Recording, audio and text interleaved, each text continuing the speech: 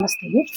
இன்னைக்கு இந்த ஞானம் கைவர பெறாமல் அறிவு மட்டுமே பெற்று அதன் அடிப்படையில் ஆதிக்கம் செலுத்தி செயல்களை புரிந்த ஒரு சில செயல்களை மட்டும் நம்ம பார்க்கலாங்க. ஸோ உதாரணத்துக்கு இந்த தீவிரவாதம் பிளஸ் இந்த வெடிமருந்து பொருள்களை எல்லாம் கண்டுபிடிக்கிறாங்க. இந்த ஜப்பான்ல குண்டு போட்டு அந்த ஜப்பான் நகரத்தை சில சேதத்திற்கு உட்படுத்தினாங்க. அப்படியெல்லாம் நம்ம பார்க்குறோங்க. ஸோ இந்த வெடிமருந்து அல்லது இந்த அணுகுண்டு அது அது சம்பந்தமான சோதனை, இது சம்பந்தப்பட்ட விஷயங்கள் எல்லாம் ஒரு கோட்பாடு நிலவுதுங்க. அதாவது த தியரி ஆஃப் ரிலேட்டிவிட்டி, அதாவது சார்பியல் கோட்பாடு அப்படின்னு சொல்லுவாங்க. இந்த கோட்பாடை பயன்படுத்தி தான் அந்த ஒரு குறிப்பிட்ட வருஷத்துல ஜப்பான் மீது குண்டு மழை எல்லாம் பொழியுது.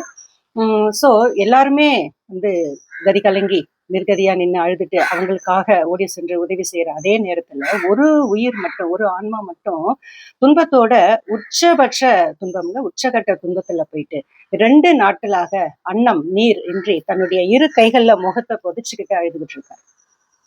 அவர் தாங்க ஐன்ஸ்டீன், தி கிரேட் சயின்டிஸ்ட். காரணம் என்ன தெரியுமா? அந்த ரிலேட்டிவிட்டி டாக்டரின் பிரின்சிபல், அந்த தியரியை கண்டுபிடிச்சது அவர் தாங்க. அவர் என்ன நினைக்கிறாருன்னா, அவருடைய நோக்கம் இந்த மாதிரி மனித குலத்தையோ அல்லது சுற்றுப்புற சூழ்நிலையோ சேதப்படுத்தணுங்கிறது இல்லைங்க. மீண்டும் ஒரு முறை நான் நினைவுபடுத்துகிறேன், கர்மா என்பது செயல் சார்ந்தது அல்ல, நோக்கம் சார்ந்தது.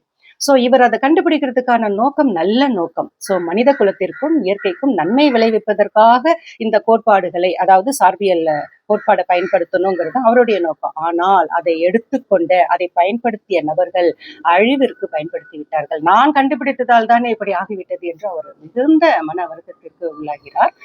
இன்னொரு நிகழ்வு சொல்லணும் அப்படின்னு சொன்னா, ஆல்ஃபிரட் நோபல். ஸோ இவர் தான் டைனமைட் அப்படிங்கிற ஒரு வெடிமருந்து பொருளை கண்டுபிடிக்கிறாருங்க.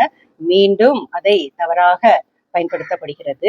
அப்போ அவர் மிகுந்த குற்ற உணர்ச்சிக்கு உள்ளாகிறார். இது என்ன இப்படி ஆகிறது? நான் நன்மைக்காகத்தானே இதை கண்டுபிடித்தேன், இதை தீமைக்காக இப்படி பயன்படுத்துகிறார்களே, என்னால் இயற்கை தாய், இயற்கை அன்னை சேதப்படுத்தப்படுகிறாள், என் உடன்பிறவா சகோதரர்கள் இவ்வளவு பாதிப்பிற்கு உள்ளாகிறார்கள், என்ன செய்யறதுன்னு யோசிச்சு யோசிச்சு தன்னிடம் இருந்த அனைத்து சொத்துக்களையும் தானம் வழங்குகிறாங்க. சோ அந்த அடிப்படையில் அவர் கொடுத்த அந்த எண்ணற்ற கணக்கிட முடியாத அந்த சொத்துக்கள் தான் இப்பொழுது நோபல் பரிசு, அவர் பெயராலேயே நோபல் பரிசு கொடுக்கணும் அப்படிங்கிற ஒரு சிஸ்டம் உருவாக்கி ஒரு 6 துறைகள்ல சாதனை புரிபவர்களுக்கு அவர் கொடுத்துட்டு போன அந்த அமௌண்ட்ல இருந்து ஒரு பகுதியை, ஒரு குறிப்பிட்ட அமௌண்ட்டை அந்த நோபல் பரிசு பெற்ற நபர்களுக்கு பரிசாக கொடுக்கிறது. எதுக்குன்னா ஊக்குவிப்பாக அது கொடுக்கப்படுகிறது.